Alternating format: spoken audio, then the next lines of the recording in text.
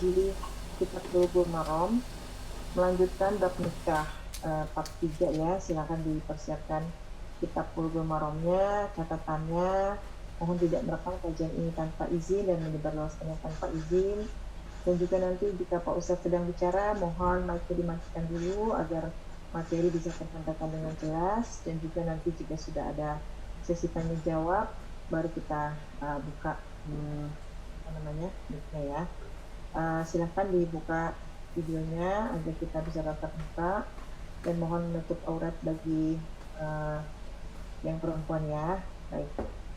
Baik, tanpa membuang waktu lagi, kami persilakan kepada Pak Ustadz untuk memulai kajian. Silakan Pak Ustadz. Assalamualaikum warahmatullahi wabarakatuh. Waalaikumsalam warahmatullahi wabarakatuh. A'udzubillahi minasyaitonir Innal hamdalillah nahmaduhu wa nasta'inuhu wa nastaghfiruh wa na'udzu billahi min shururi anfusina may yahdihillahu fala mudilla lahu wa may yudlil fala hadiya lahu. Asyhadu an la ilaha illallah wahdahu la syarika lahu wa asyhadu anna Muhammadan abduhu wa rasuluh. A'udzu billahi minasyaitonir Ya ayyuhalladzina amanu taqullaha qatihi wa la tamutunna illa wa antum muslimun. A'udzu billahi minasyaitonir rajim. Ya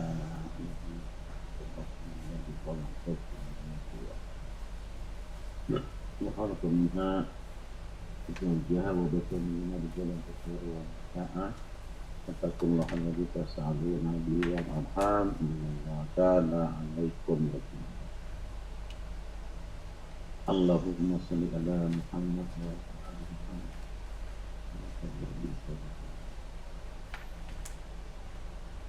Hadirin jamaah yang dirahmati oleh Allah Subhanahu wa taala, marilah kita panjatkan puji syukur kepada Allah Subhanahu wa taala yang telah memberikan berbagai macam dianya sehingga kita masih bisa kembali berkumpul dalam rangka penabur ilmu. Mudah-mudahan kumpul kita ini dengan ajar Allah Subhanahu wa taala dan mendapatkan pahala umat kita. Salawat dan salam tetap tercurah kepada suri tauladan kita dan terbaik umat manusia Nabi Muhammad SAW serta para keluarganya, para sahabatnya dan Allah kepada satu umatnya. Silakan dibuka Bapak Ibu sekalian di Kitab Bulughul Maram, masih di kita bernikah. Hadisnya nomor hadis 1013 ya. Ya Ustaz. Wa an Abi Hurairah, dan dari Abi Hurairah radhiyallahu taala anhu, semoga Allah yang Maha Tinggi meridhoinya. Qala, telah berkata, qala Rasulullah, telah bersabda Rasulullah sallallahu alaihi wasallam, la tuzawwiju, tidak boleh dinikahkan, jangan dinikahkan, al-mar'atu, orang perempuan, al-mar'atu, ya, dengan perempuan yang lain. Wala tuzawwiju, dan janganlah menikahkan, janganlah dinikahkan, al-mar'atu, nafsah, dengan dirinya sendiri. Rawahu Ibnu Majah wa Daraqutni wa rawahu Qasim. Ya. Menurut hadis ini, orang wanita tidak boleh menikahkan wanita yang lainnya. Ya, seorang wanita berarti kan berfungsi berstatus sebagai wali. Wali itu siapa? Untuk anak perempuannya dalam hadis ini. Ya, anak perempuan menikah, walinya ibunya tidak sah menurut hadis ini. Ya, menurut hadis ini. Juga orang perempuan menikahkan dirinya sendiri juga tidak sah menurut hadis ini. Ya, tapi makanya bertentangan dengan hadis yang lebih sahih yang diriwayat Muslim sebelumnya. Ya, pekan yang lalu pernah kita bahas ya bahwa orang wanita ya janda boleh menikahi dirinya sendiri. Itu ada lagi dari hukum ya. Ayatnya Al-Baqarah 223. Nah, lalu juga seorang gadis sekalipun tidak boleh dinikahkan paksa, ada harus di bawahnya ya. Tidak boleh dinikahkan tanpa dimintai apa? Izinnya. Bagaimana izinnya? Yaitu dengan diam. Kalau dia diam berarti dia mau. Seorang gadis sekalipun. Jadi ini termasuk hadis yang banyak yang dibantah ya. Tapi beberapa ulama menyatakan bahwa hadis ini bisa dipakai. Ya, makanya wanita tidak boleh menjadi wali. Menjadi wali. Lalu bagaimana? Sedangkan mereka menetapkan wali itu wajib. Ya. Menetapkan wali itu wajib. Sedangkan bagaimana kalau misalnya anak yang lahir di luar nikah, katakan dari perzinahan, kan nasabnya ke ibunya, bukan ke bapaknya, walinya ibunya. Lalu bagaimana bila dia menikah? Maka walinya wali hakim. Ya, walinya wali hakim menurut pendapat yang menyatakan bahwa wali itu harus ada. Ya. Bahkan kalau walinya perempuan, ibunya tidak boleh harus wali.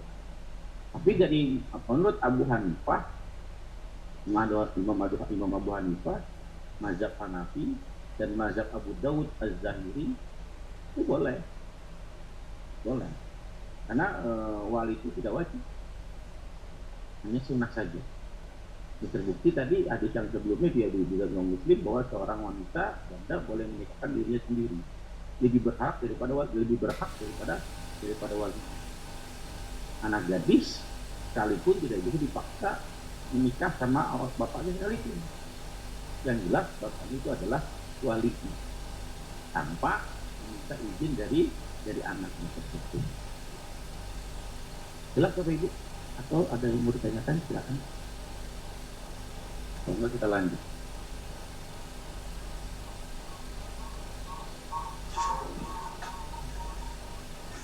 Jelas ya, Bapak Ibu? Ditanyakan Bapak Ibu?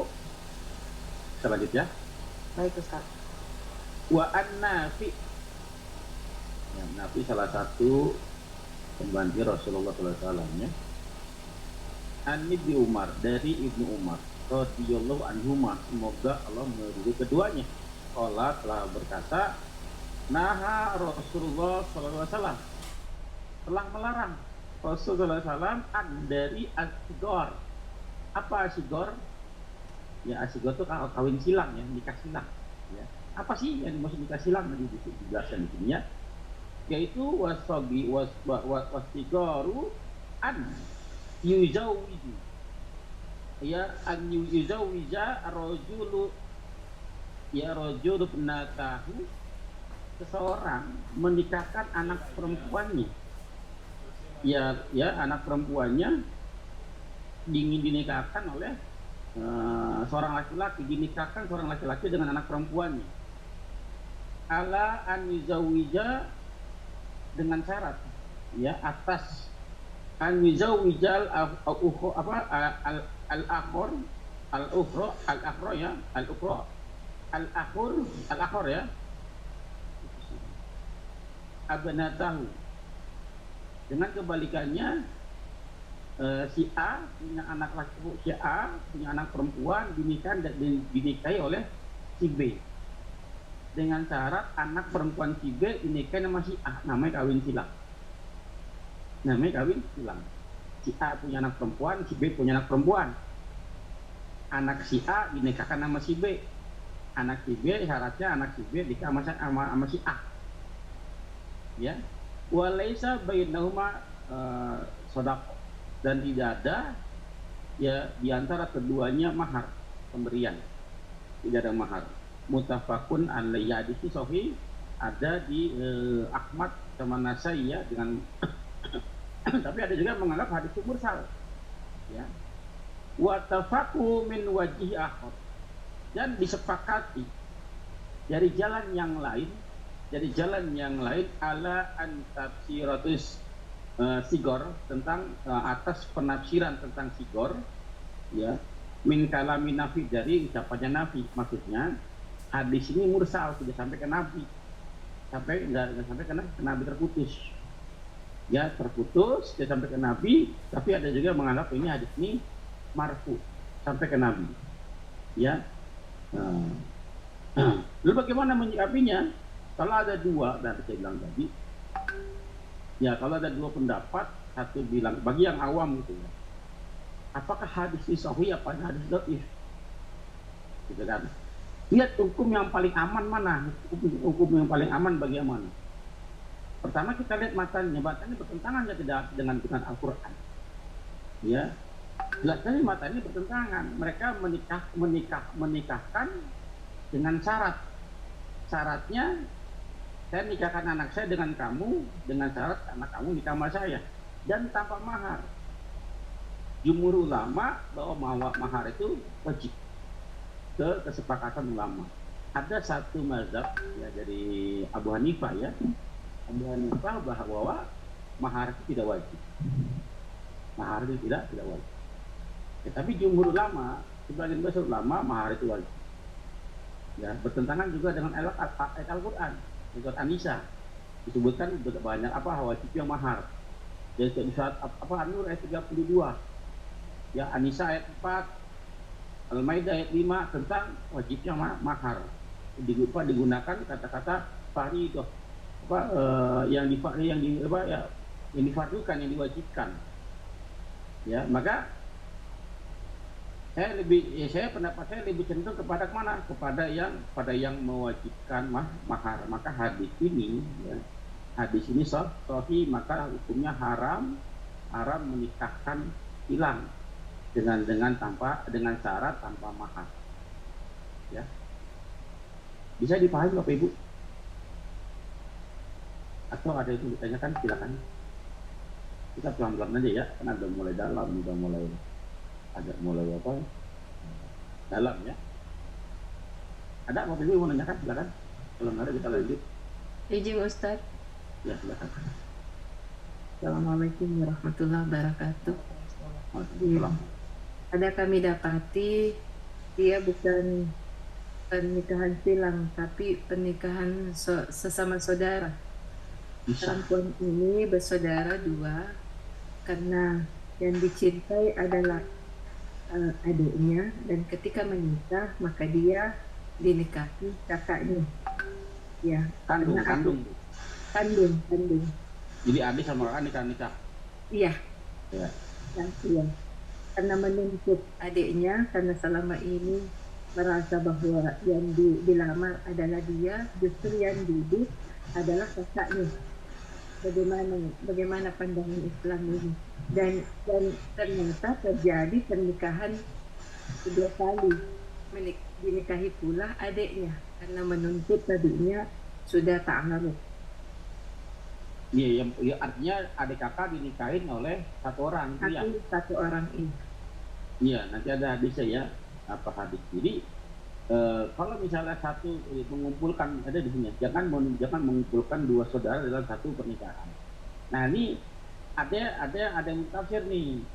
Ada yang menganggap tidak boleh mengumpulkan dua pernikahan dalam dua bersaudara, adik dan kakak dalam satu pernikahan.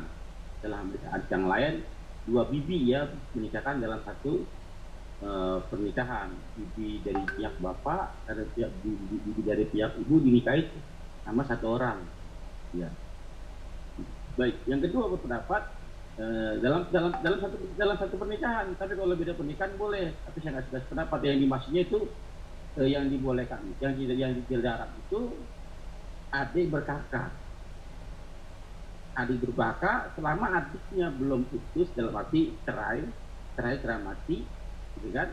Kalau cerai hidup itu bermasalah nanti, Maka pernikahan seperti ini ulama sepakat, sebagian besar ulama sepakat dilarang. Kalau mau ada istilahnya naik turun lanjang, tapi nunggu salah satunya mati dulu. Kalau dua-duanya tidak bisa begini. Jelas ya Bu ya. Jadi ada hadisnya di bawah.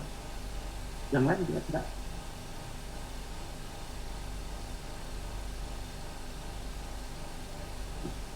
Lalu bagaimana kalau sudah terjadi? Ceraikan salah satu itu. Yang lain bagaimana? Ada lagi? Ada Pak Suyitno, silakan. Itu maksudnya gimana? Itu A sama B punya anak itu atau gimana? Iya, kalau dalam hadis ini si A seorang laki-laki punya teman si B kan, sama-sama punya anak perempuan dalam hadis ini, sama-sama punya anak perempuan. Ini anak saya nikah sama kamu ya B, tapi syaratnya anak kamu nikah sama saya. Oh, yang itu maksudnya silang, yang silang. Nah, silang. Sampai di situ sih nggak masalah, asal anak itu ridho mau. Ya, yang jadi masalah kan tapa mahar ini. Oh iya. Ya, Tapi tapa maharnya. misalnya saya punya ini bibi sama dia itu punya anak laki dan perempuan itu dikawinkan boleh nggak itu? Sepupu ya? Sepupu apa namanya ya? Gimana? Dia punya bibi dua gitu, punya anak, yang satu perempuan yang satu laki-laki itu gitu. Bibinya Pak Suyitno, ya bibi dari pihak bapak, bibi dari pihak ibu gitu kan? Iya. Ya si bibi ini kandung nggak? Beda ya? Bapak dari pihak ibu ya? Dia punya Dari anak, pihak dia ibu. punya anak. Kenapa? Dari pihak ibu semua. Dari pihak ibu semua, berarti kan Pak Suyitno punya orang tua kan, punya ibu nih, Iya. punya adik, punya adik dari ibu berarti kan ya? Ya. Adik dari ibu ada 2 orang, ya, ada 2 orang bibinya. Mereka masing-masing punya anak, nikah nih, boleh Pak, itu sama sepupu boleh. Ya anaknya kan sama-sama Pak Suyitno sama-sama tersepupu itu Pak, boleh? Ya, Iya. boleh ya. Kalau bibi sama bibi anaknya ya boleh. Anaknya Pak Suyitno juga boleh menikah dengan anaknya bibinya atau anak uaknya, boleh.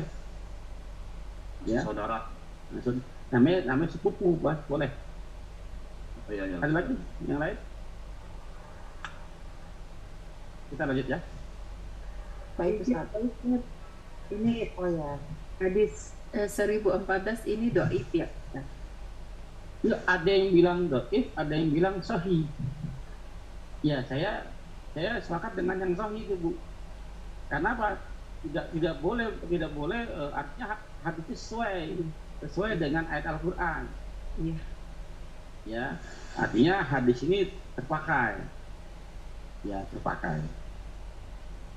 Adapun yang bilang apa? Yang bilang apa namanya sih tadi? Mursal terputus, ya. Dari riwayatnya apa nih?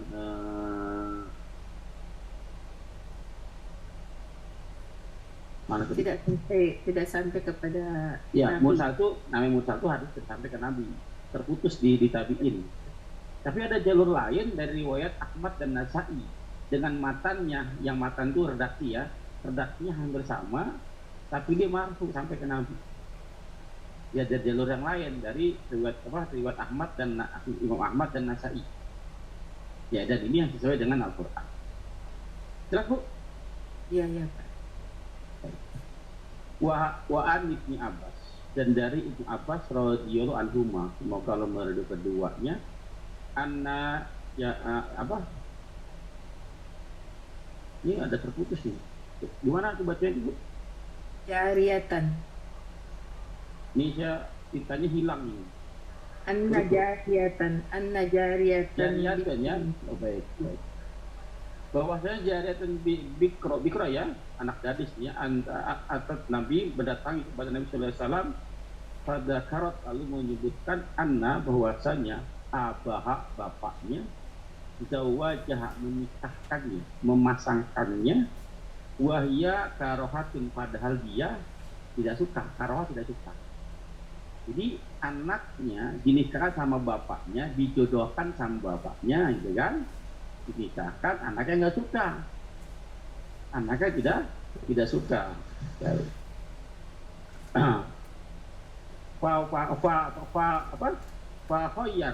Fahoyyaroha. Lalu Nabi memutuskan untuk silakan kamu memilihnya. Fayyar itu memilih. Ya, Rasulullah SAW, Rawi Ahmad, wa Abu Daud, wa Ibnu Majah. wa a'la bi irsal, juga dikuatkan kemursalannya. Hadis ini mursal. Mursal di mana? Ada seorang tabi'in bernama Abu Burdah. Ya, dia meriwayatkan langsung kepada Nabi. Abu Burdah kan nggak pernah ketemu Nabi. Kenapa? Karena dia seorang tabi'in. Bagaimana mungkin seorang tabi'in yang dibilang bisa bertemu dengan Nabi? Kan jaraknya 200 tahun. Ya, antara tabi'in ke Nabi itu 200 tahun setelah Nabi wafat. Ya, dia dari sahabat baru berarti tabi'in. Ya, nggak mungkin tabi'in bisa dapat riwayat, bisa dapat kabar dari Rasulullah tanpa melalui jalur sahabat. Ya, jadi ini hadis ini mursal yang kita baca, ini mursal. Ya, bahkan ada juga yang mengatakan hadis ini dhaif. Ya, ada perawi bernama Abu Ishaq As-Sabi, dia seorang yang suka menyamarkan hadis. Ya, hadis ini yang kita baca itu mursal. Ya, tidak bisa dipakai. Ya, menurut hadis ini. Ya, tapi kita lihat baca hadis setelahnya ya. Hadis yang di atas tadi. Hadis yang di atas, seorang anak dinikahkan sama temannya dengan syarat anak temannya dinikahkan oleh dirinya. Ya, kasus yang sama, ya, cuma bedanya kalau yang tadi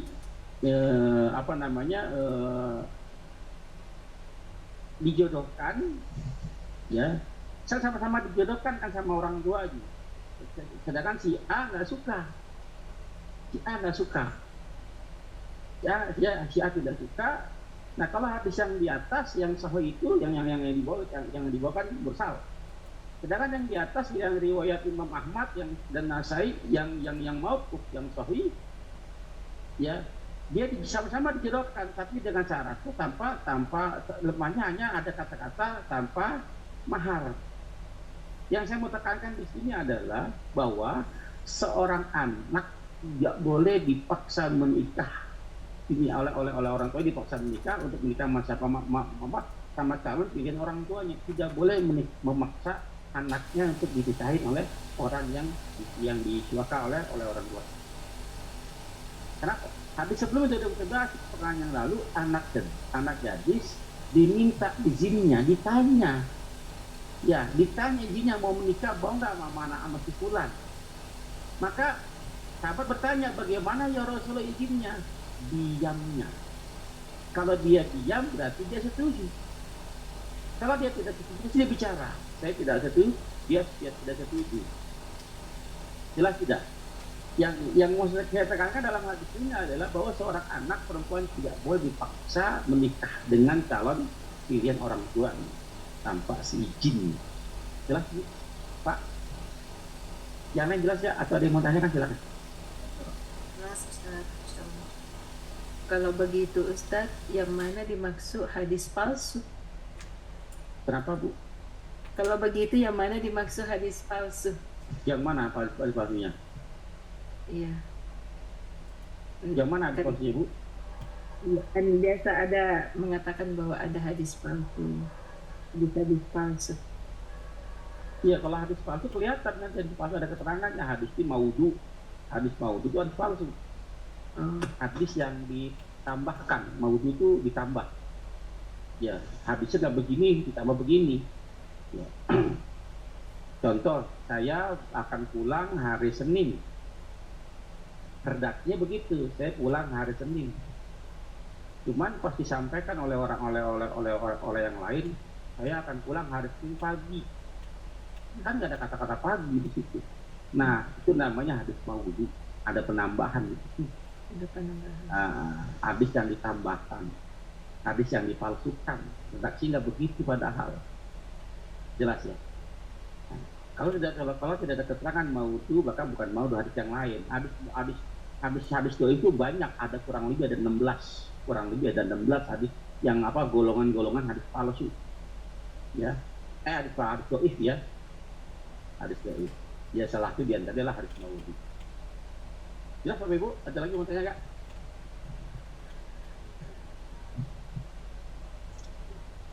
Ada lagi yang mau tanya Bapak Ibu?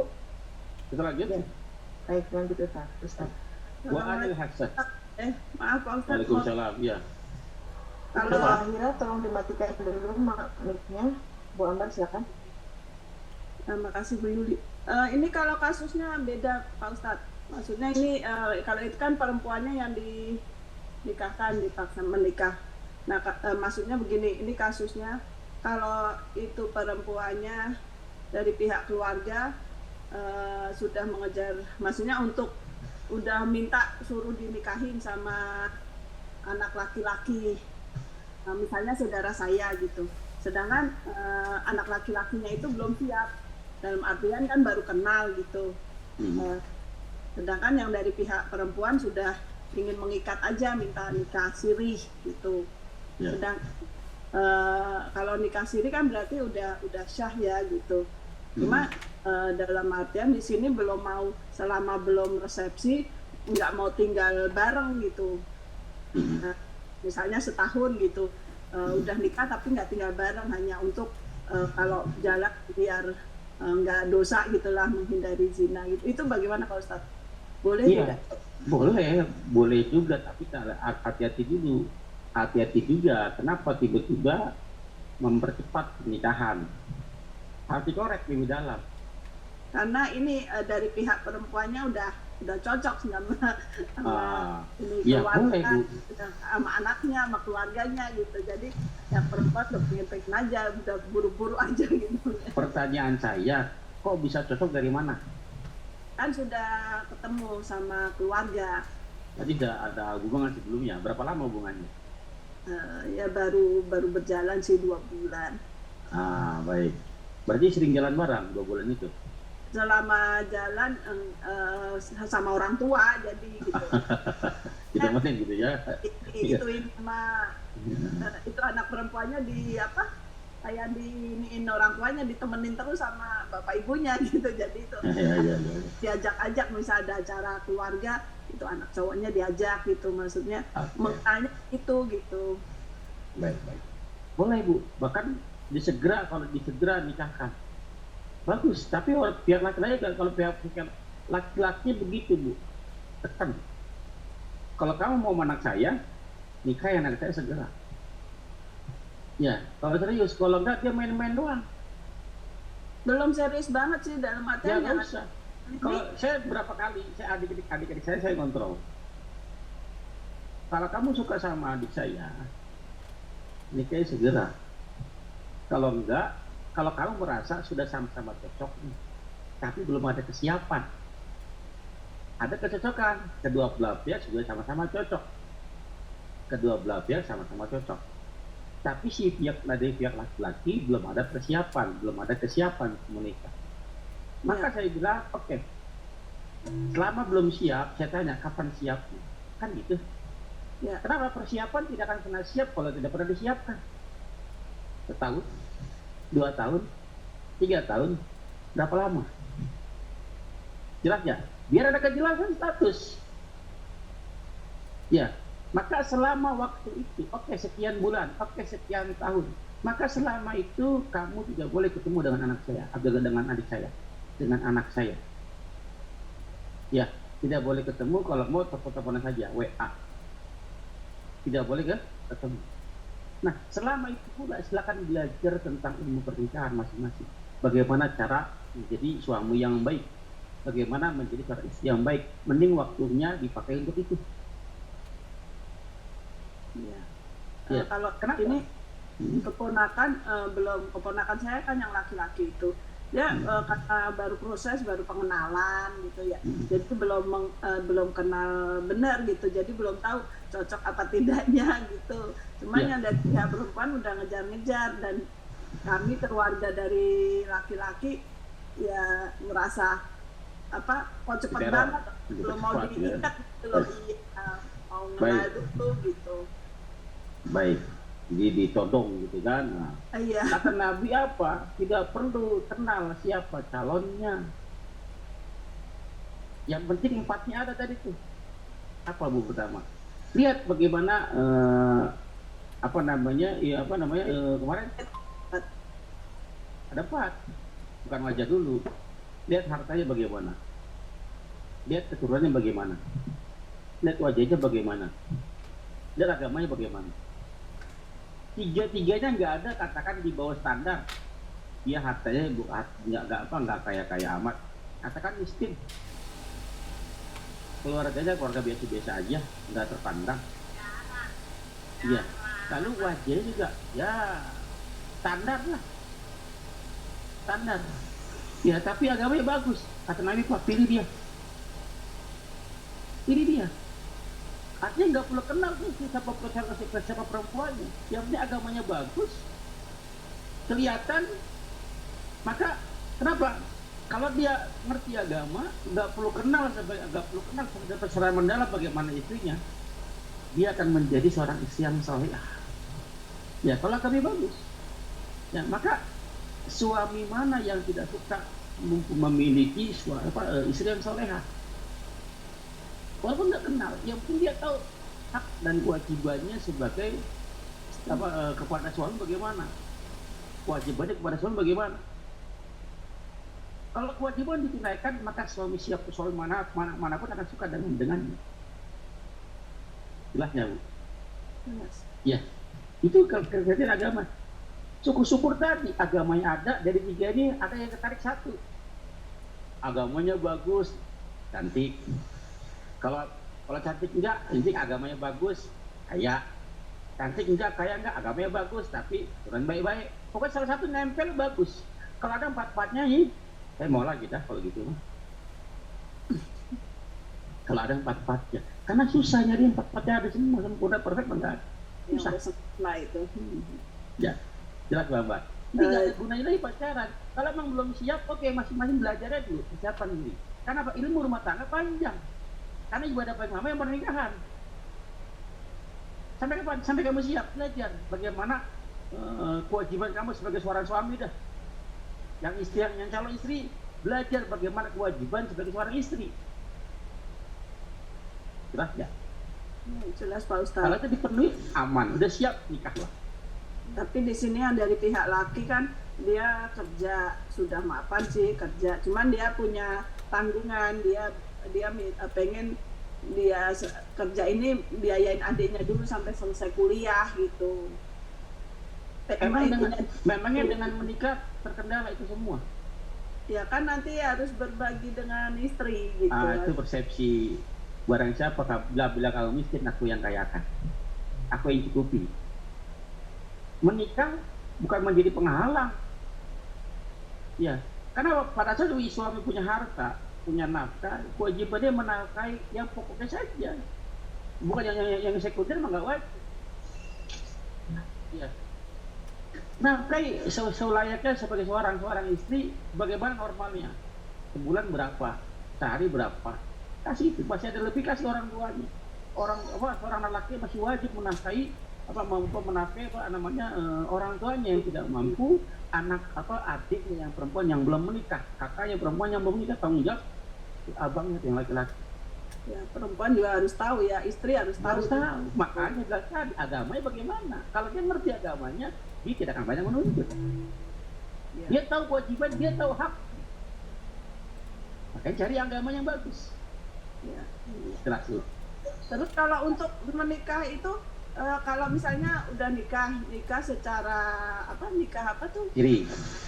Ya, terus itu tidak nyampur dulu gitu, maksudnya hubungannya sebagai suami istri terpisah gitu karena belum resepsi gitu. Alasannya apa? Maka ada ayat An-Nisa itu nanti tuh apa sama Al-Baqarah. Apabila kalau mau kamu menikah istrimu yang belum kamu sentuh, kasih mahar setengahnya saja. Kasih apa Pak Ustaz? Mahar setengah saja. Oh gitu. Nggak perlu full. Oh. Ya, ada An-Nisa berapa tuh begini? Bukan ini. Wanita-wanita yang diceraikan sebelum disentuh maka maharnya setengahnya. Artinya mahar belakangan kan? Ada orang yang diceraikan karena kutip janda kembang belum diapa-apain, diceraikan karena mungkin ada kasus, maka mahar setengahnya.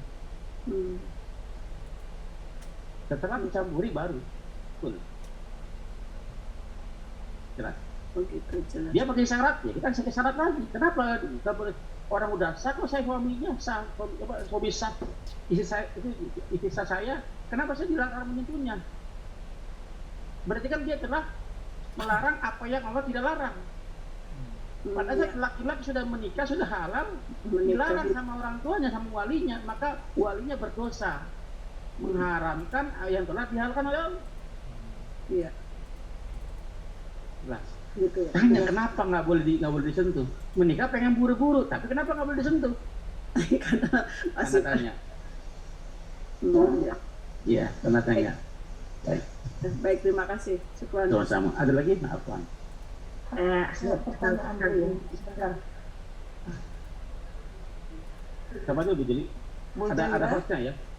Iya, makasih Bu banyak. Zaira, Iya, makasih banyak mau Bu Juli. bertanya? Iya, oke Bu. Terkait pertanyaan Ibu ini, di sini bulan lalu pernah terjadi, Ustaz. Iya, pernah terjadi hal ini. Dia sudah nikah, tapi resepsi belum. Orang tuanya mengatakan bahwa resepsi belum, tapi nikah sudah. Jadi dia belum bisa berhubungan sebagai suami istri. Dan ini adalah salah satu barangkali tradisi atau adatnya barangkali. Iya. Sehingga si tegang diantaranya karena di satu sisi pihak laki-laki menuntut legalitas sebagai suami istri. Itu. Baik. Jelaskan. Terus ini kita bisakah dipercut lagi bahwa setengah dari maharnya itu kira-kira kalau bentuk mahar emas 2 gram berarti kita harus memberinya 1 gram, begitu Iya. ya? Iya. Kalau baru patana, Ustaz? Berapa? Baru pasawah, baru patana. Iya, apa kasih ya setengahnya, bagaimana setengahnya itunya. Jadi mahar setengah itu boleh dikasihkan full bila terjadi perceraian, maka bisa ambil setengahnya lagi itu maharnya dibagi 2. Kalau misalnya terjadi perceraian belum disentuh, Belum disentuh. belum terjadi perceraian, maka boleh ngambil setengahnya. Kita balik kalau mahar sudah diberikan full. Kalau mahar belum diberikan, maka berinya setengahnya aja.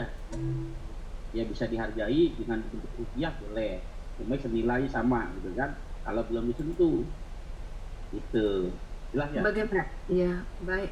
Bagaimana memberikan pemahaman seperti ini, Ustaz? Ya sudah ngaji dulu, maka sudah ngaji dulu. Ya kita nggak bisa, Pak, kita tiba-tiba dikasih paham. Ngaji dulu, benar ngaji. Nah itu Bu Juli nggak saya kali ini ngaji, nah, itu baru sudah 4 tahun baru paham ngaji. Ngaji itu harus sabar, bertahap. Gitu. Jangan maunya langsung instan, mau semua bisa semua, nggak bisa begitu, bertahap. Belajar tuh harus disiplin. Justru sebaliknya dia menuntut untuk dikembalikan maharnya. Bisa, kalau misalnya sudah terjadi, sudah disentuh sekalipun. Ya, kemarin adik saya berapa tuh jadi 12 ya? 20 berapa? 25 Pak Ustaz. 25, enggak yang kemarin lagi. Apa namanya terjadi, sudah disentuh sama suaminya, lalu si kesalahan terjadi sama perempuannya. Mungkin perempuannya serong, selingkuh dan lain sebagainya, maka si laki-laki berhak menuntut maharnya karena merasa ditipu. Ya, tapi boleh mengambil semua boleh, tapi dalam Islam hendaklah jangan semuanya, dengan cara yang ma'ruf itu dibicarakan. Karena kesalahan dari istrinya. Ya, ada orang yang ingin menikah lagi, Bu. Ya, suami punya istri 1, pengen menikah lagi yang istri kedua, sedangkan mahar nggak punya. Iya. Sedangkan mahar dia nggak punya, maka dia bikin drama, dia bikin komedi, dia bikin situasi, ya dia bikin skema, seolah-olah si istri dibuat istri yang salah, agar dia bisa menuntut istrinya mengembalikan maharnya. Jelas ya? sehingga maharnya bisa bisa dipakai untuk menikah lagi dengan Orang lagi. istri yang baru. Apabila kamu ingin mengganti istrimu, mengganti, berarti kan istri yang lama digantikan. Ya. Lalu dia tidak punya dana untuk menikah, karena menikah perlu mahar. Makanya dia buat skenario, bikin situasi cerita agar si istri yang sahnya ini bisa diceraikan karena kesalahan dari pihak istri, sehingga dia bisa menuntut maharnya bisa balik, malah setengahnya balik, sehingga maharnya bisa dipakai untuk menikahi perempuan yang baru menggantinya. Yang pertama, yang kedua, istrinya ada 4, kan nggak bisa nikah lagi, maksimal 4. Ya emang doyan nikah nih, kecantol lagi dengan perempuan yang pengen dinikahinya. Sedangkan bisa membatasi dia bikin skenario, kira-kira mana yang bisa ceraikan salah satu. Ingat, Allah maha menatap, maha melihat, jangan dikira Allah lengah. Dia bikin cerita sehingga dia bisa menceraikan istrinya karena ada kesalahan, padahal skenario dia yang buat. Itu bisa. Tapi kalau benar-benar murni kesalahan istrinya tanpa ada skenario jahat, benar-benar istri yang salah, dia berbuat cerong, dia berbuat zina segala macam, maka suami berhak meminta maharnya balik. Tapi nggak semua. Itu jelas ya? Iya. Lalu mengenai resepsi itu tidak wajib tunah. Tujuan resepsi itu adalah syiar, memberitahu bahwa si fulan dan fulana ini telah menikah, telah sah menjadi suami istri. Pengumuman khobar. Pada saat terjadi pernikahan, akad nikah kan sudah ada 2 orang saksi. Gak mungkin kan nikah bawa 2 orang saksi doang kan bawa keluarganya. Sudah cukup tanpa disiarkan pun udah sah saja. Gak disiarkan pun boleh, gak pakai walimatul urus juga boleh. Tapi kata Nabi, alangkah baiknya walaupun dengan seekor kambing. Jelas Bu? Iya. Jadi ada di hadisnya ada di 1008 ya, 1007 ya, kemarin udah dibahas ya. Makanya ngajinya yang di situ. Baik, ada lagi yang mau nanya, silakan Bapak Ibu. Ibu Ros mau bertanya. Silakan. Bu Ros mau bertanya, ya? Ya, Ustaz. Ya. Lalu apakah menikah itu harus memang izin orang tua jika keduanya udah merasa cocok gitu dalam segi yang 4 hal tadi? Apakah harus dengan izin? Siapa di laki perempuannya Bu? Di kedua belah pihak. Ibaratkan yang laki-laki perempuan yang merasa cocok di empat apa tadi? Iya, baik. Apabila seorang laki-laki sudah menemukan tambatan hatinya, 4 aja ada, beruntung sekali. 4 aja ada ya, beruntung sekali. Karena jarang sekali ya, ada 4 aja jarang sekali. Maka segerakan nikah. Orang tua tidak mengizinkan, tidak masalah. Maka kena dosa itu orang tua. Karena salah satu kewajiban orang tua adalah menikahkan anaknya. Apalagi kalau anak perempuan. Ya, apalagi kalau anak perempuan. Nah, anak laki-laki ke orang tua bukan minta izin, tapi minta restu, doa. Ya, nggak diizinin nggak masalah, karena laki-laki kan menerima. Ya, bukan menikahkan, yang menerima nikahnya kan. Ya, karena yang menikah yang menjalannya adalah laki-laki, ya orang tua laki-laki kan nggak masalah. Ya, tapi dengan syarat si laki-laki yang menikah dengan uangnya sendiri ya, dengan mahar, dengan bukan uang bapaknya ya, dan uang orang tuanya. Jelas, nggak boleh ya. Karena ibaratnya ya, di empat apa tadi ada salah satunya dan merasa udah cocok gitu. Tapi kan terkadang itu gimana ya, kadang malah bentuk anaknya gitu, kalau kamu nikah dengan dia, saya sumpahin kamu gini ya, itu kadang-kadang dosa, nggak boleh ya. Gitu. Orang tua harus sadar diri, ya, nggak boleh melarang pernikahan. Ini banyak di kasus ada di daerah ya, namanya ya, banyak yang begitu tuh. Kalau kamu nggak nurut, saya bla bla bla, saya doakan. Wah, jelek banget ya. Tidak boleh. Apabila anak sudah siap bernikah, kewajiban satu, padahal harus sekalian. Pada saat anak perempuan sudah menikah, lepas tanggung jawab. Karena sudah berpindah kepada suaminya kan. Ya, kalau selama dia belum nikah kan maka semua masih ke orang tuanya. Dosanya apanya ke orang tua tuh. Kalau berbuat dosa orang tua kebagian. Ya. Pada saat orang tua nggak nafkahi, dosa orang tua. Karena masih tanggung jawab. Pada saat ada laki-laki yang meminang anaknya, ingin menikahi anaknya, harusnya bersyukur, lepas tanggung jawab kan. Ya, kenapa ditahan? Ada yang salah nih. Apa karena marah kurang besar? Ingat, pernikahan bukan jual beli. Ya. Ada kenyataannya kebanyakan seperti itu, Ustaz. Terkadang malah anaknya itu apalagi udah S1 harus sekian juta. Buat dinding itu untuk pengeluaran ya. Ujung-ujungnya kayak jual sendiri. Iya. Iya, anak itu bukan barang dagangan ya. Anda menafkahi anak Anda, wahai para orang tua. Rezeki dari mana rezekinya? Dari Allah, bukan milik Anda. Yang dimakan oleh anak-anak Anda, wahai para orang tua, bukan rezekimu, rezekinya sendiri. Yang dititipkan oleh Allah melalui dirimu, wahai para orang tua. Ya, jangan besar kepala, jangan sombong, itu bukan hartamu, harta anakmu sendiri. Ya, walaupun sekalipun kamu wahai para orang tua tidak memberikan rezeki kepada anak, menahan rezeki anakmu, Allah akan carikan jalan yang lain. Ya, bahwa rezekinya akan tetap sampai kepada anak. Jadi nggak punya hak untuk melarang anak itu menikah. Kalau ada calonnya dan baik calonnya, agama yang bagus, maka segera akan nikahkan dia. Jelas ya, Guras ya? Insya Allah, Ustaz. Syukran, Ustaz. Ada lagi yang lain? Pak Ustadz, kecuali calonnya nggak bagus gitu ya Pak Ustadz? Iya, kalau nggak bagus, iyalah masa mau jemus anaknya.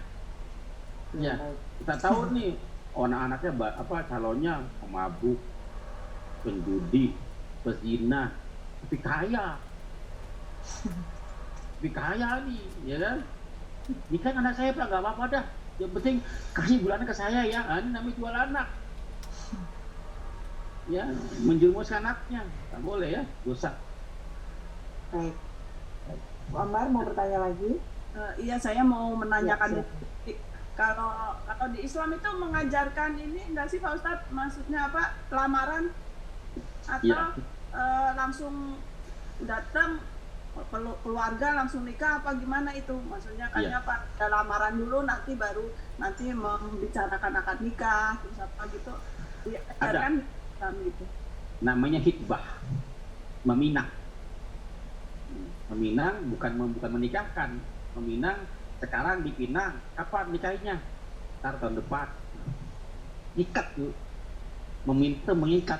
Selama pinangan tersebut tertuang janjinya sekian bulan, sekian hari, sekian tahun katakan, maka laki-laki lain tidak boleh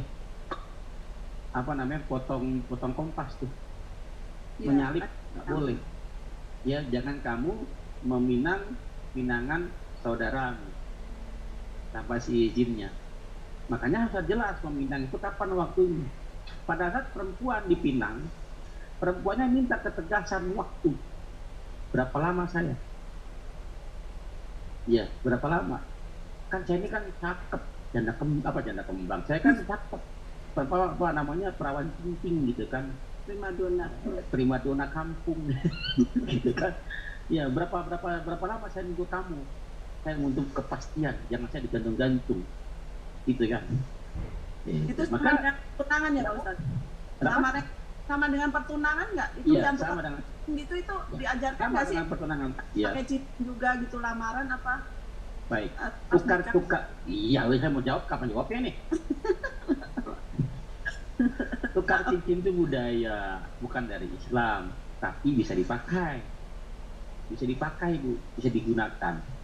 Ya, tujuannya tuh biar untuk mengetahui. Kenapa? Seorang perempuan pada saat kan dilarang kan, jangan kamu meminang ya perempuan yang sudah dipinang oleh saudaranya dari sama muslim. Jangan potong kompas, jangan nyalip.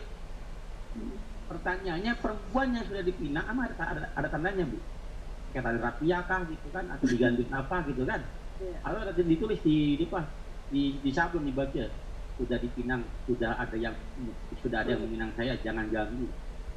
Baca apa tandanya? Nah kebanyakan orang-orang dengan cincin, nih saya sudah dipinang ya, jangan goda saya, jangan ganggu saya. Maka pinang itu sebagai tukar cincin lah, apa saja boleh sebagai tanda. Karena perempuan itu kalau balik belakang, lihat dari belakang itu sama semua Bu. Saya nggak bisa beda mana itu saya mana orang lain. Ya itu karena sama kalau dari belakang kan, karena kalau wali semua kan. Iya, betul. Kalau balik baru ketahuan, wah itu saya sih. Kan lihat dari wajahnya kan. Iya. Kalau pada belakang nggak ketahuan. Apalagi perempuan ini udah dipinang atau belum, nggak ketahuan. Kalau sekarang aja banyak yang perempuan pas dibuka ternyata nenek-nenek. Banyak kan nih pakai masker, pakai apa gitu kan? Jenggotannya kumisan, jenggotan. Hati juga, iya pakai. Banyak kan? Banyak hati-hati. Pakai jas, astagfirullahaladzim. Bisa dipahami Bu? Baik. Ada Ada lagi? Pak Ustadz. Baik, saya bacakan dulu pertanyaan dari Ibu Lina ya. Assalamualaikum Ustadz, izin bertanya, apakah wali nikah harus oleh ayah kandungnya atau bisa diganti dengan wali hakim? Karena orang tuanya telah lama bercerai dan bapaknya nggak pernah memberi kabar atau membiayai anak ini. Baik. Wali bagi yang berpendapat wali itu wajib, maka harus ada. Harus ada. Siapa walinya? Ayahnya. Kalau kebagian kalau kata ayahnya, adik atau abang laki-lakinya jadi wali. Ya, atau dari keturunan ayah, bisa jadi paman. Ya, bisa jadi apa? Atas bapak apa kakek ya, boleh bisa jadi wali. Kalau nggak ada juga bisa wali hakim. Bagi yang berpendapat wali itu wajib. Tapi berpendapat wali itu sunnah, maka tambah wali itu sah. Orang nggak ada mau diapain? Ya, jelas Bu. Baik. Yang lain. Terus nemuin ayahnya dulu nggak usah? Nah kalau ayahnya nggak bisa ketemu bagaimana? Katanya sih masih hidup, cuma nggak tahu di mananya. Repot kan, jadi gara-gara begini pernikahan tertunda kan? Iya. Iya. Boleh sah nikahnya. Bisa pakai wali hakim boleh. Kalau memang terpaksa pakai wali hakim. Jadi nggak usah cari alamatnya di mana di mana gitu. Kalau alamat palsu bagaimana? Ketemu rumah itu ya. Iya. Lagi silakan sama-sama. Baik, Pak Suyitno mau bertanya? Ya, Iya, silakan. ini Ustadz ada anak perempuan, kakak beradik, udah sama-sama keluarga. Itu tapi meminangnya, milihnya adiknya gitu. Tapi orang tua itu kalau misalnya di belakang itu melangkah kurang bagus. Itu gimana? Ini kan tradisi lagi-lagi ya, melangkahi kakak gitu, bayar uang pelangkah gitu ya. Ya kalau saya adiknya, kakaknya belum menikah, kamu nggak boleh menikah sebelum aku menikah dulu. Itu kata orang tua gitu ya. Itu bertentangan dengan syariat Islam. Ya bila ada memang jodoh maut itu nggak pakai kotokan. Ya datangnya nggak pakai nomor antrian. Kalau lahir bisa berurutan, kakaknya dulu, baru adik tuh, nggak bisa adik dulu lahir kan? Nggak bisa kan? Tapi kalau mati jodoh itu nggak pakai urutan, bisa jadi yang keluar belakangan jadi duluan. Tapi nggak apa-apa ya Ustadz ya. Nggak masalah. Kalau sudah datang jodohnya tidak ada boleh yang menghalang-halangi. Kalau menunggu kak belum bisa lama. Kasihan kalau gara-gara perempuan kakaknya nggak nikah kasihan tuh. Adiknya udah berjodoh ya mah. Iya. Hilang jodohnya.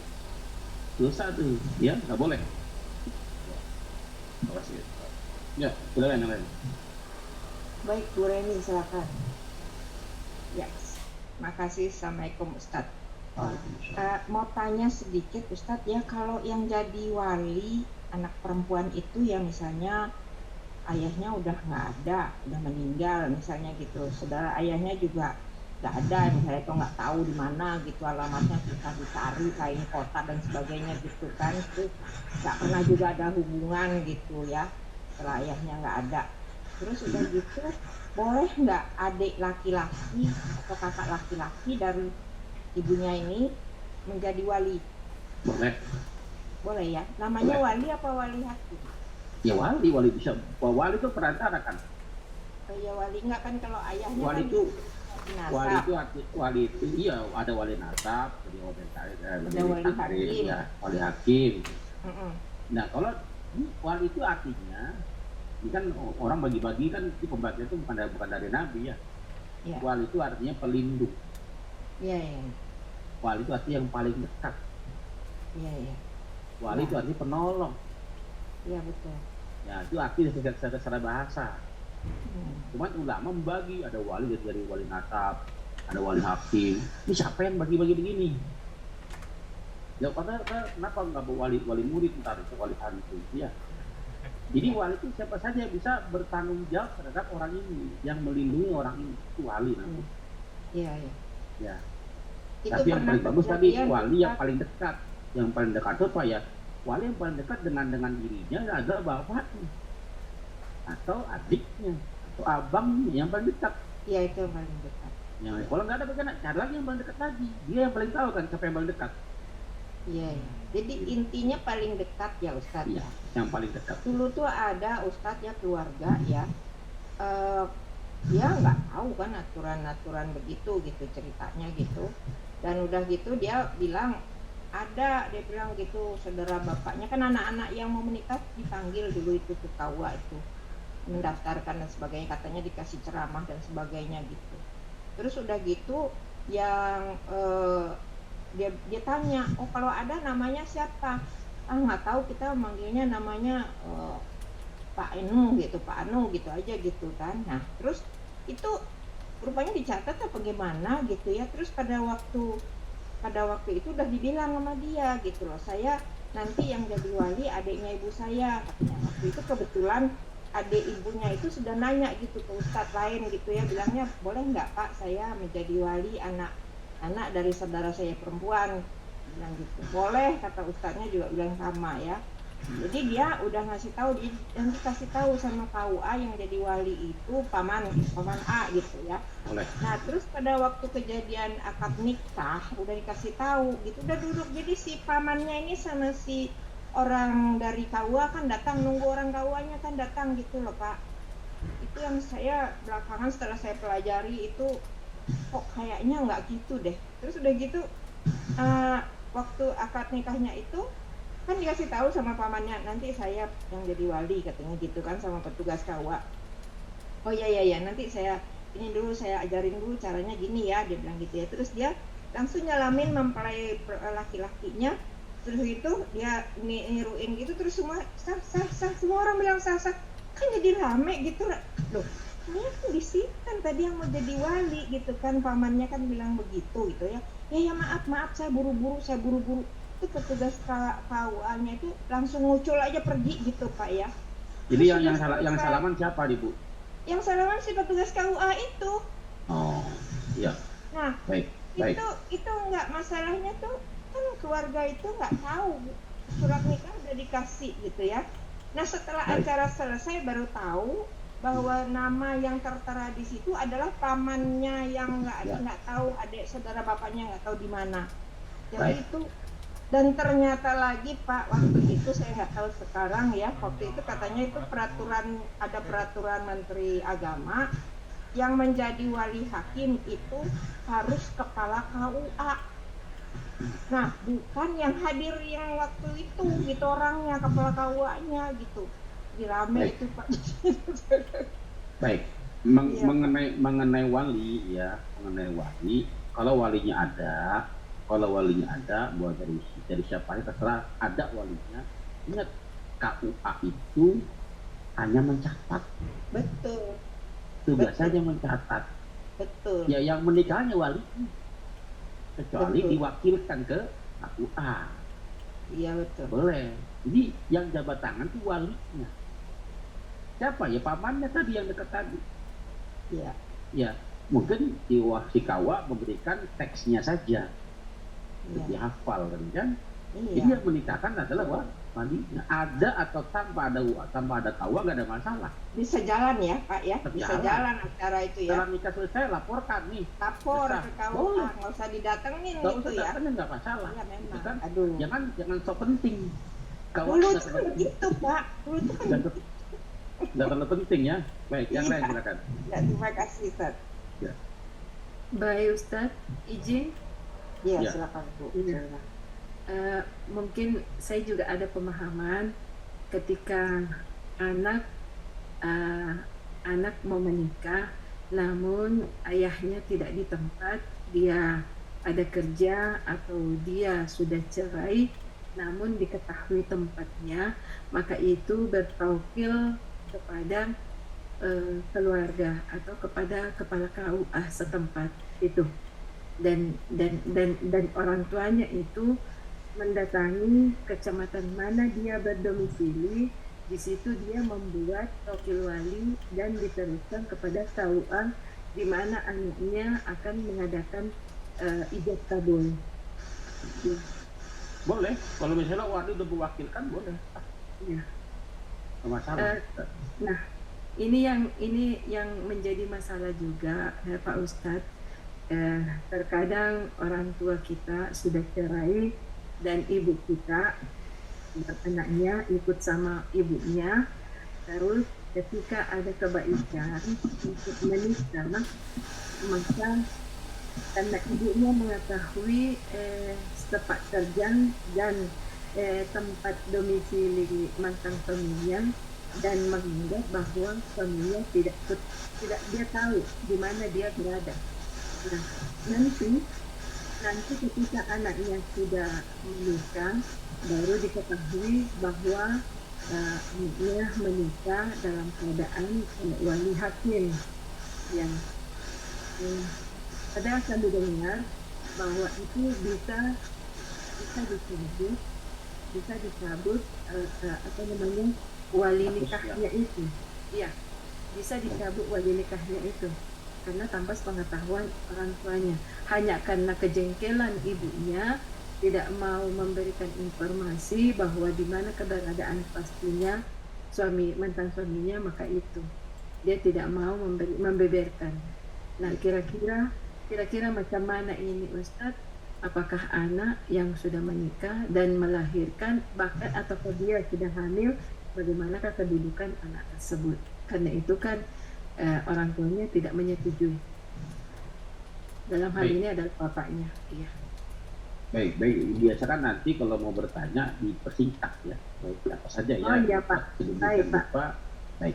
Intinya pernikahan bagi yang menganggap wali nikah itu wajib, ya maka harus ada walinya.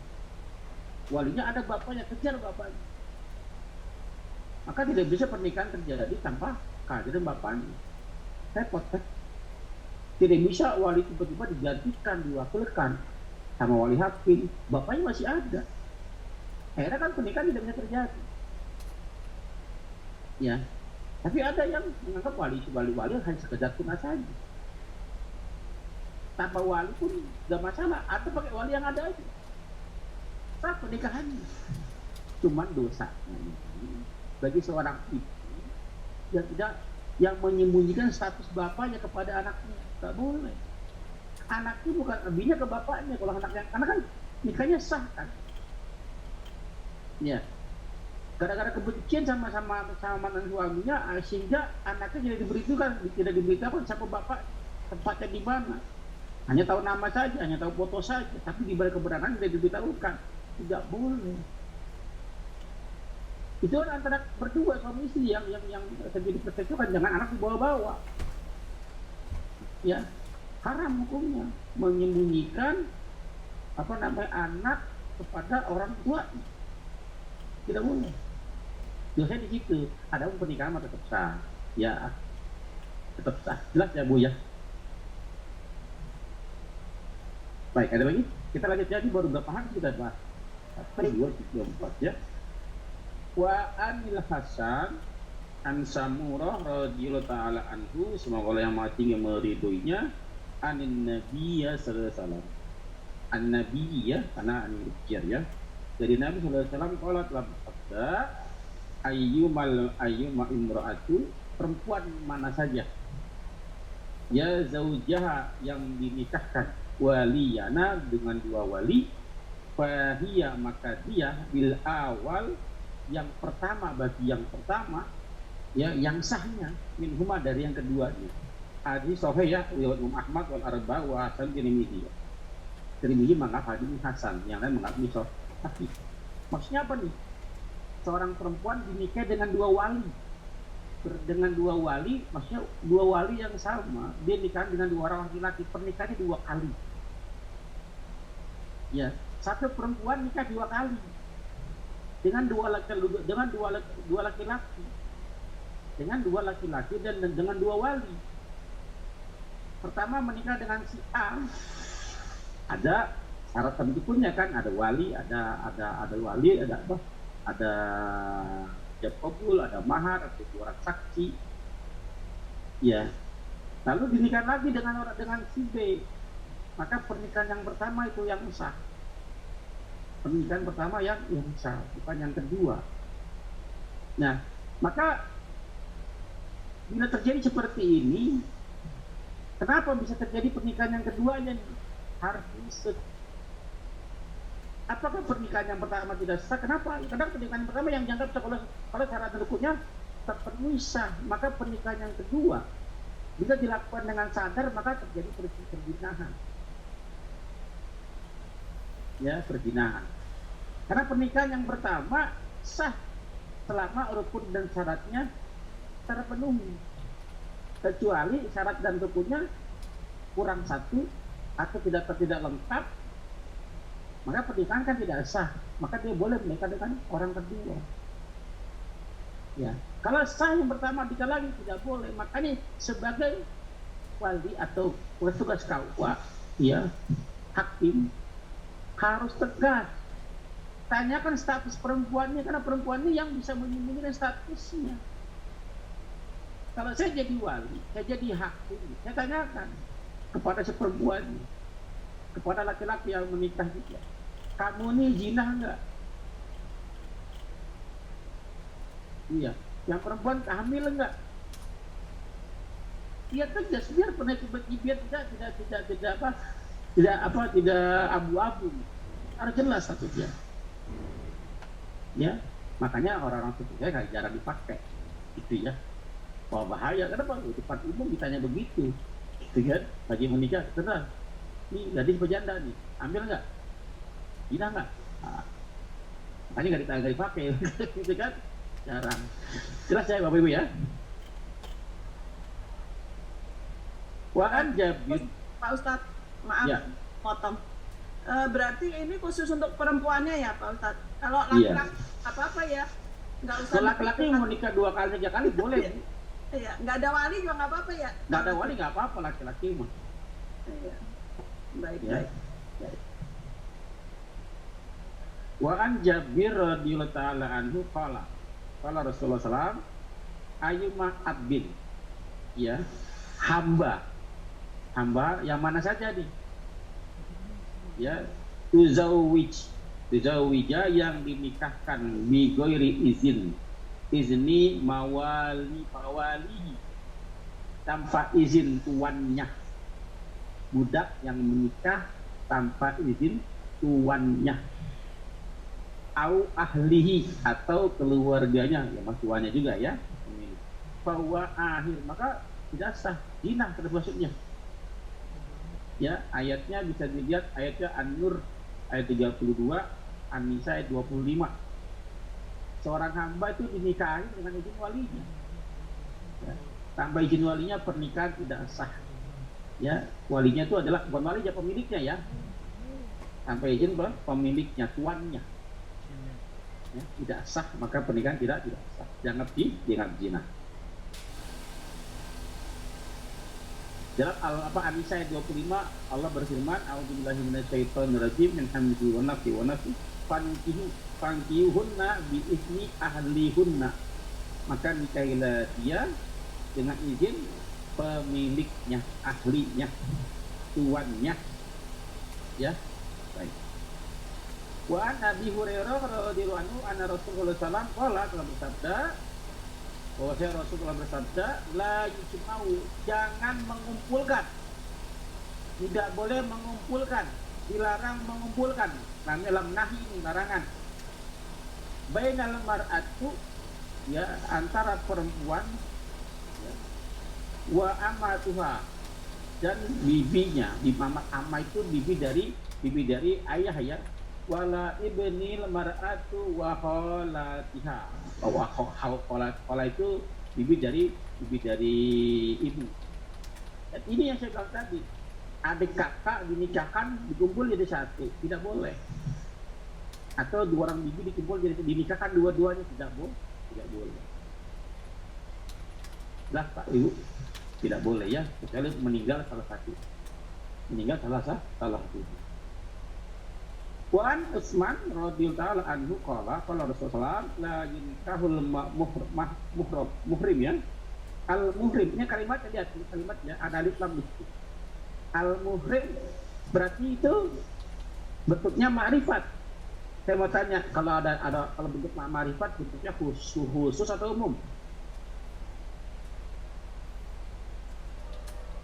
Jelas atau tidak? Khusus. Ya, Khusus. Jelas atau tidak? jelas. Jelas. Ya, kalau umum kan banyak, nggak jelas kan? Yang mana? Ya. Maka tidak boleh dinikahkan al-muhrim. Maksudnya orang yang berpakaian ihram. Ya, orang yang sudah sedang melakukan ibadah haji atau umroh, sudah niat, bahkan sudah tawaf lah, sudah apa gitu kan. Maka kondisi seperti itu tidak boleh dinikahkan, wala yunkahu, tidak boleh menikahkan, tidak boleh dinikahkan. Menikahkan tidak boleh, dinikahkan tidak boleh. Ini haram. Jelas? Baik. Wa fi riwayatin lahu, dan pada riwayat yang lain baginya, la yukhtab, juga tidak boleh dihibah, tidak boleh dilamar, tidak boleh dipinang. Ya, wa zada hibban wala yukhtab alaihi, sama ya, tidak boleh dipinang atas ya. Bandingkan dengan ayat dan hadis berikutnya nih, wa ibni Abbas radhiyallahu ta'ala anhu, semoga Allah meridai keduanya, qala berkata, tazawwaj Rasulullah sallallahu alaihi wasallam Maimunah. Rasul menikahi istrinya bernama Maimunah radhiyallahu anha, wa huwa muhrimun. Kalau muhrimun ini isim fa'il, belum melakukan, belum baru mau. Berarti dia menikahi istrinya dalam keadaan halal, belum melakukan ibadah ritual, ibadah umrah haji. Ya, boleh. Karena muhrim itu isim fa'il. Jelas ya? Baik. Wali Muslim, dan dari Muslim, an Maimunah nafsaha, dirinya radhiyallahu anha sebelum berdoanya, anna Nabi sallallahu alaihi wasallam tazawwaja, menikahi dirinya, wa halal, dan dia dalam keadaan halal, artinya belum bermuhrim, baru akan mau muhrim. Sebelum bermuhrim, ya, muhrim itu orang yang berpakaian ihram, ya. Nabi menikah dulu, ya. Padahal sudah berpakaian ihram, maka tidak boleh lagi dinikahi. Jelas Bapak Ibu? Jelas tidak? Ustaz, bertanya Ustaz. Ya. Itu hanya waktu berpakaian ihram saja atau setelah ihram itu boleh? Setelah ihram boleh. Setelah tahalul, ya, setelah tahalul boleh. Boleh. Selesai berarti. Oh gitu ya. Ya. Ya, makasih Ustaz. Ada lagi yang lain? Maaf Ustaz, kalau bagi perempuan bagaimana Ustaz? Maksudnya? Kan kalau bagi laki-laki kan jelas ya, sebelum berihram. Nah kalau perempuan kan selalu menutup aurat, jadi waktunya itu sebelum niat atau? Iya, muhrim itu isim fa'il belum terjadi, Bu, baru akan itu udah terjadi belum? Belum, ya. Belum. Niat berarti niat aja belum ya? Niat aja belum. Dia menikah dulu baru muhrim, baru berpakaian ihram, baru niat. Ya, jelas ya? Kalau Halo? misalnya dari Indonesia kan belum niat, udah niat Pak mau berangkat. Iya, tapi belum muhrim kan? Karena kan berangkatnya kalau di Indonesia kan di Yalamlam tuh, apa namanya, mikotnya kan. Setelah di Yalamlam berarti udah nggak boleh. Iya, karena kalau sudah di Yalamlam, sudah niat umroh di situ, maka tidak boleh lagi dinikahkan atau menikahkan. Karena umroh itu dimulai pada saat ngambil mikot. Iya. Ngambil mikot, ya. Nah, mikotnya orang-orang Indonesia, orang-orang Asia itu di Yalamlam. Cuma sekarang kan dipindah di Bir Ali. Siapa yang pindah-pindahin? Kan nggak boleh kita pindah-pindahin kan? Ini kan dalil. Nggak boleh merubah syariat. Hanya Allah dan Rasul yang bisa merubah syariat. Ya. Allah sudah tetapkan, Nabi sudah tetapkan mikotnya tiap-tiap daerah. Yang sebelah utara mikotnya di sini, sebelah selatan mikotnya di sini. Udah jelas, jangan berubah-ubah. Jelas ya, ini tanggung jawabnya negara Saudi ya, yang berubah-ubah. Makanya sering ada yang lihat ya, kadang-kadang dia pakai ihram di pesawat karena di atas Yalamlam tuh. Belum mendarat udah pakai ihram. Ini orang yang ngerti dia. Jelas Bu? Jelas Ustaz, terima kasih. Ada lagi yang lain?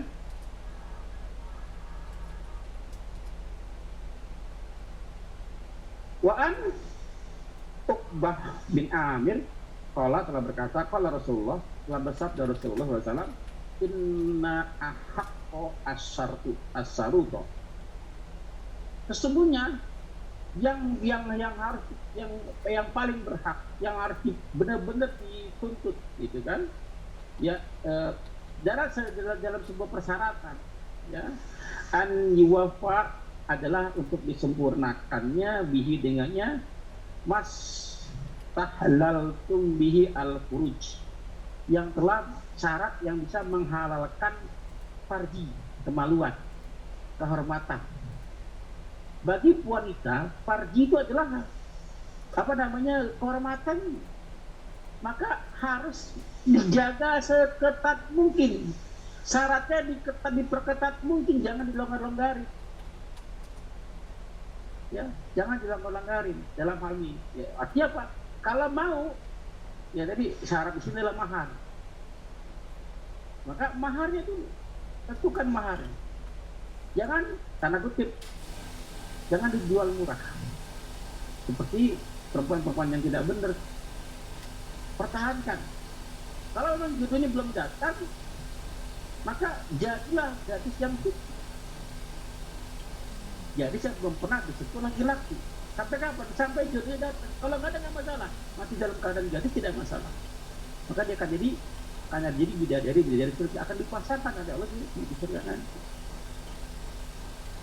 Ya, syaratnya diperketat, jangan dimudah-mudahin. Tapi bukan berarti mempersulit juga. Kalau yang datang seorang berjasa laki-laki, siapapun dia, kalau imannya bagus, agamanya bagus, kita jangan lihat yang lain. Karena memang kebanyakan orang yang imannya bagus, ya agamanya bagus, kebanyakan ya hartanya biasa-biasa aja. Kebanyakan begitu, karena dia fokus dia bukan ke dunia. Berbeda orang-orang yang fokus sama dunia, yang akhirnya diabaikan, maka wajar dia bisa kaya raya karena fokus di dia, menghalalkan segala cara nanti. Ya halal haram ditabrak. Tapi orang-orang yang imannya bagus, dia tahu ada banyak larangan. Maka kebanyakan orang-orang yang imannya bagus, ya rata-rata biasa-biasa aja hidupnya. Jelas Bu? Baik, silakan kalau ada yang mau tanya. Gimana Bu Juli, kita lanjut atau bagaimana nih? Sesi tanya jawab aja ya Pak. Saya jawab ya, baik, silakan. Tadi 1023 ya? 122. Iya, besok 123. 1023 Mak. Baik, terima kasih Ustaz. Materi pada sore hari ini. Silakan yang mau bertanya boleh telepon dulu ya. Bu Zaira mau bertanya?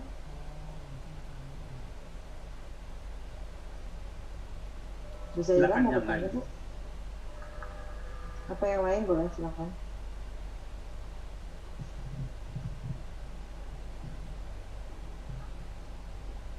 Ada? Ustaz, Ya. ini Ustaz. Mungkin pertanyaan sejak ini, apakah ketika kita sudah menikah di dunia dan Itu nanti kumpul juga nanti di akhirat ya Ustadz dengan suami kita. Tergantung. Tergantung. Bila pernikahannya bertahan sampai dua-duanya mati, dalam keadaan soleh dua-duanya, bisa bertemu. Contoh yang meninggal suaminya duluan, Iya. istrinya tetap menjanda, nggak nikah lagi.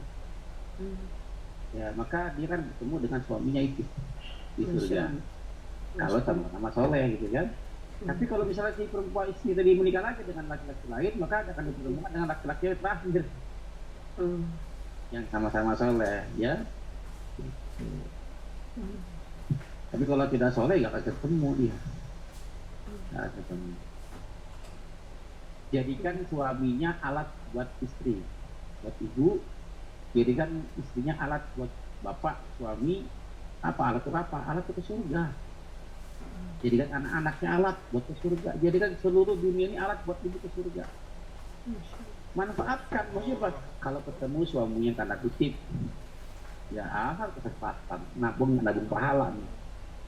Iya, ketemu anak yang begini, kesempatan nabung pahala, ya kan? Kenapa? Al jaza'u min jinsil amal.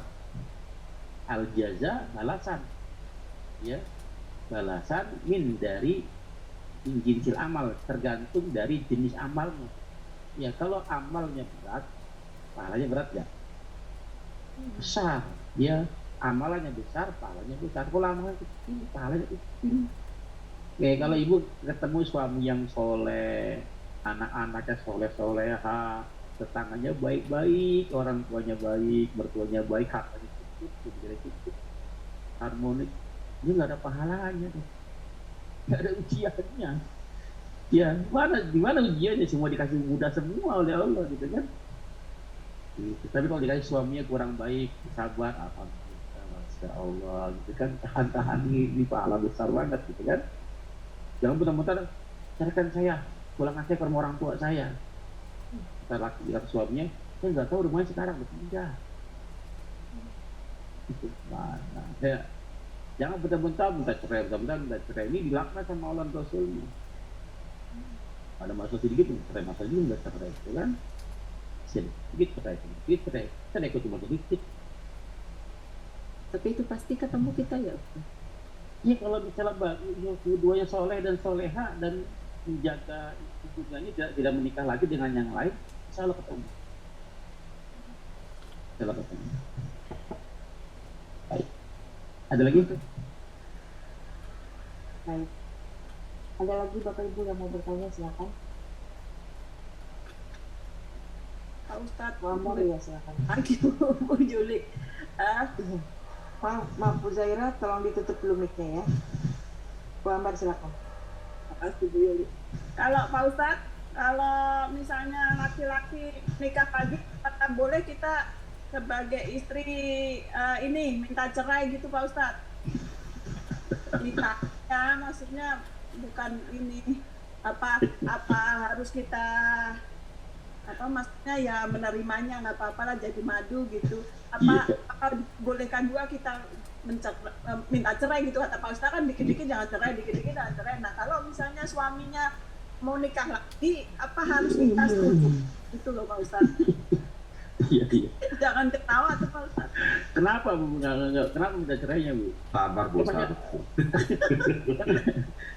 Kan pasti ada sesuatu kan? Kenapa minta cerai? Kalau suami nikah lagi kan kadang perempuan pengen suami jujur, nanti suami jujur belum tentu diizinin. Nanti suami tidak jujur, istri tahu akhirnya minta cerai juga. Nah itu gimana itu? Maksudnya kalau di agama bagaimana gitu maksudnya? Iya. Kalau pertanyaan boleh nggak minta cerai? Boleh. Nah, tapi itu. alasannya ini kalau cerai gara-gara dia nikah lagi. Ini di tanda-tanda nggak ada kesalahan, menikah lagi salah. Kalau memang ternyata suaminya sanggup, secara materi sanggup, secara stamina dia sanggup, ya, dan kalau adil, kalau bisa adil, sanggup, kelihatan, jati, maka apalagi kalau alasan dia menikahnya mau membantu janda-janda yang harus dibantu kan, menolong orang boleh kan. Karena tidak ada alasan melarangnya kan. Iya. Ya kan? Kenapa minta cerai? Karena kamu menikah lagi. Kan emang nggak menikah lagi itu dosa kan, nggak dosa. Kalaupun dosa kan yang tanggung suaminya. Ya, katakan si suami menikah lagi, padahal dia belum sanggup. Ya, belum sanggup lagi nikah lagi. Berarti kan nafsu tuh. Ya kan, kita tanggung sendiri resikonya. Boleh nggak minta cerai? Boleh, Bu. Boleh minta cerai? Boleh. Kenapa? Ada seorang istri sahabat saja meminta hulu namanya, ya tebus talak namanya. Datang ke Rasulullah, ya Rasulullah saya minta, boleh nggak saya minta cerai kepada suami saya? Kenapa alasannya? Karena suaminya menurut dia tidak good looking gitu. You know ya, tidak good looking. Jadi setiap dia coba setahun 2 tahun, lamanya setiap jima dengan suaminya selalu menutup mata. Khawatir kalau dia membuka matanya keluar kata-kata yang tidak baik, bahwa itu udah ciptaan Allah juga kan, paham ya? Tapi dia nggak tahan apa-apa karena suara sahabat pasti begini, aku jadi imannya kuat banget kan, amalnya bagus kan, tapi dibolehkan oleh Rasulullah. Boleh nggak? Boleh, padahal suaminya nggak ada kesalahan tuh. Ya boleh nggak? Boleh, tapi satu kejadian ini di situ doang. Kata Nabi apa? Bersediakah kamu mengembalikan maharnya? Ya namanya hulu, nanti ada bab hulu tuh, mengembalikan maharnya. Sebidang apa tuh? Sebidang kebun ya. Kalau nggak, karena bukan istri yang minta cerai, balikin maharnya. Kalau dia nggak dibalikin maharnya, si suami nggak bisa nikah lagi ntar, nggak punya mahar, habis maharnya. Ya kalau pertanyaan boleh nggak boleh, tapi itu jalannya hulu. Ya jalannya hulu. Karena nggak ada dasar kalau suami nggak mau menceraikan, dia minta cerai, berarti itu jalurnya hulu namanya. Kalau hulu jalurnya yang ditempuh, maka siapkah mengembalikan maharnya? Biarpun sudah menikah lama Pak Ustadz, Itu menikah lama. Kan maharnya. Iya, kalau hulu yang nuntut adalah istrinya, bukan nggak ada kesalahan, tidak ada kesalahan pada suaminya. Ya, kita cerai istri. Kita cerai istrinya, biar nggak ada kesalahan, maka balik ke maharnya. Iya, jelas. Ya. Baik. Tapi ada loh Pak Ustadz, teman-teman saya malah nyari yang sudah beristri Pak Ustadz. Dia mau jadi istri kedua karena dia mau nyari pahalanya gitu, katanya besar gitu. Jadi kalau suaminya misalnya itu istrinya nggak bisa, dia mau lah gitu, mau membantu gitu. Ada temen malah menawarkan diri Pak Ustadz. Boleh. Jadi Gak masalah. Tapi ingat bagi temannya tadi, jangan sampai suaminya ini yang nanti kalau jadi suaminya gitu kan, istri kedua kan? Iya. Jangan sampai gara-gara dia, katakan dia rela menerima apa adanya gitu kan, si istri menjadi istri kedua ini gitu kan, mau menerima apa adanya gitu kan. Ya. Maka benar-benar ikhlas. Kenapa? Kalau suaminya berbuat tidak adil, berat sebelah, dia ikhlas. Kalau enggak kan suami jadi dosa nih. Contoh, ada mungkin suaminya kurang dalam masalah ekonomi, dia mampu, dia bersedia nyari mau bantu. Mau bantu, boleh nggak masalah. Pada saat menikah kan suami tetap menafkahi istrinya kan, mau istri pertama, istri kedua, tapi dia kan tidak sanggup. Tapi dia menawarkan dirinya. Tapi kalau dia mampu, boleh saja. Tapi jangan sampai menjadi pintu neraka buat suaminya. Buat suaminya ya. Karena kalau misalnya dengan kehadiran membuat dia masuk neraka, kan kasihan, nggak usah, mundur aja. Batu dari belakang layar aja. Karena mencintai tidak memiliki kan, ya Allah, saya jelasin dulu apa itu ya. Pak Ustadz. Iya. Ini karena orang baik gitu, dia pengen nyari pahalanya dari situ gitu. Ya mudah-mudahan orangnya baiknya tulus, Bu. Mudah-mudahan tulus baiknya gitu, mau benar-benar mau bantu pasti. Ya, tidak masalah. Artinya pada saat ada kekurangan dari suaminya, entah masalah nafkah, entah masalah giliran, entah masalah apa saja, ikhlaskan. Karena niat tadi, niatnya mau ibadah kan? Jangan sampai niatnya berubah. Kenapa? Setan banyak pun nanti nih, nggak suka dengan orang yang melakukan perbuatan baik, itu nggak suka. akan digoda, akan dibisiki terus. Ya, kalau menikahnya menjadi jalan ke surganya lebih cepat, silakan. Tapi kalau menjadi menikah gara-gara menikah, yang kedua apa? Menjadi suami jadi masuk neraka, jangan kasihan.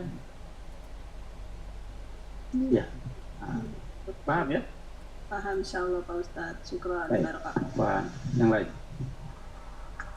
Baik Ustadz, sudah 17.30, mungkin kita simpan dulu pertanyaannya untuk besok pagi ya. Baik. Baik, Bapak Ibu sekalian, bagi yang masih mau ingin bertanya, boleh kita catat dulu, nanti kita tanyakan lagi besok. Insyaallah masih membahas kitab Bulughul Maram bab masjid-masjid ya. Nah, nanti linknya di-share di grup. Baik, terima kasih Pak Ustadz, terima kasih Bapak Ibu sekalian. Mari kita akhiri kajian pada sore hari ini dengan membaca doa kafaratul majelis. Subhanallahumma wa bihamdika asyhadu an la ilaha illa anta astaghfiruka wa atubu ilaik. Dari kami mohon maaf jika ada kekeliruan selama kajian berlangsung. Ibu Andini silakan menutup forum. Akhir kalam, wassalamualaikum warahmatullahi wabarakatuh. Waalaikumsalam warahmatullahi wabarakatuh. Masih Pak Ustadz, masih. Ya, terima kasih Pak Ustadz. Jazakallah khair Pak Ustadz, atas ilmunya, atas waktunya. Terima kasih Bu Yuli. La ilaha illallah Muhammadun Rasul